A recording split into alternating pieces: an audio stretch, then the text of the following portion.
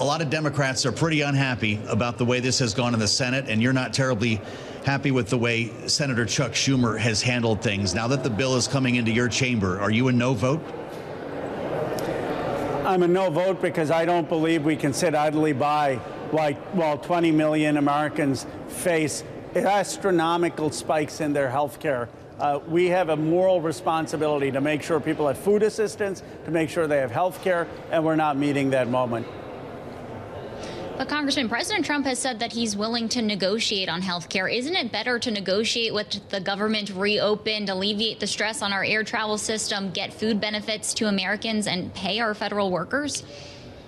Well, we could have done all of that. I mean, the president held this country hostage. He refused to release aid, food aid for Americans, which would have cost $9 billion, while he's giving $40 billion to a corrupt libertarian in Argentina. My question for the president is, why aren't you putting Americans first? Why are you withholding aid from American kids and giving money to Argentina instead? We should have been funding the food. We should have been funding our federal workers and paying our troops. And then we could be negotiating on health care to make sure that 20 million people under Donald Trump's watch are not going to have the largest increase in health care since Barack Obama.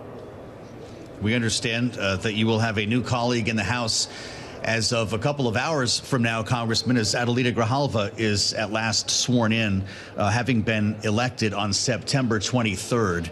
This means only a 2-vote margin, if you will, for Speaker Johnson in passing this CR minibus package. It also means you have the vote that you need to bring the Jeffrey Epstein discharge petition to the floor of the House. How quickly do you expect that will happen? And does it need to pass the Senate?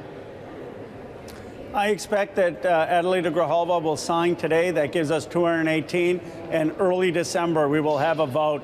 But look, the Epstein class in American politics needs to go. These are rich and powerful people who either covered up for Jeffrey Epstein or who themselves abused young girls. And the American people are tired of it. They're tired of one set of rules for rich people who have friends who are politicians and another set of rules for ordinary Americans. So I believe the House will pass this, and it's going to send a message for the full release of the Epstein files and for the Senate to pass it. I know that you want to bring, obviously, all members to account on this and have them take a vote, which will take place in the House. But to be clear, it does need to pass the upper chamber to force the release of these files, Congressman?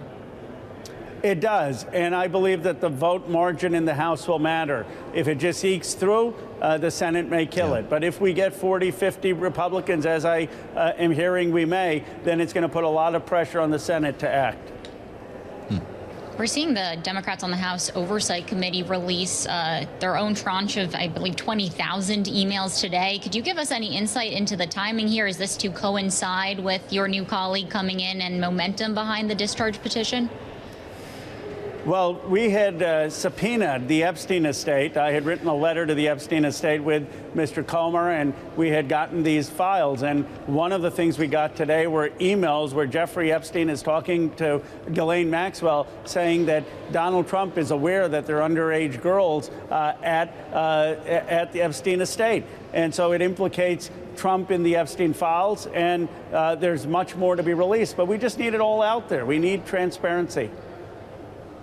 You made clear on Twitter the only reason these emails are out is that at Lawrence has the survivors' lawyers on who gave me the tip to subpoena the estate. You asked, why did Justice or the FBI not get and release these? Do you have an answer? I don't. I mean, here they were claiming they're doing a thorough investigation. They're going to do everything. And then you have a congressman who's more focused on economic issues than anything on Lawrence O'Donnell, and a lawyer for the survivors basically says, hey, tell the congressman he should write a letter to the estate. They have the documents. And so I write a letter to the estate and get the documents. And you're telling me that the FBI and the Justice Department couldn't do that? Of course they could. They haven't taken this investigation seriously. That's why Congress has gotten involved. We need a full release of the Epstein files. In the final minute that we have you, Congressman, I know that you have been working on a ban crypto corruption legislation. Now that the House is back in session, can you give an update to us on this? And I'm also curious about the link here to your perch as the ranking member on the Armed Services Committee. What's the national security angle to this legislation? Well, members of Congress and the president and their families should not be trading cryptocurrencies, and they should not be trading stock. But look, the president's family has made millions of dollars on cryptocurrency. They sold World Liberty as a stable coin, and they have this guy who's gotten now a pardon, a foreign billionaire who's basically accepting payments of World Liberty. This should not be going on. It makes us vulnerable to foreign countries, to foreign interests. And so my bill is simple. No trading of cryptocurrency by any elected official, whether it's in Congress, whether it's the presidency, whether it's the Supreme Court as an appointed person.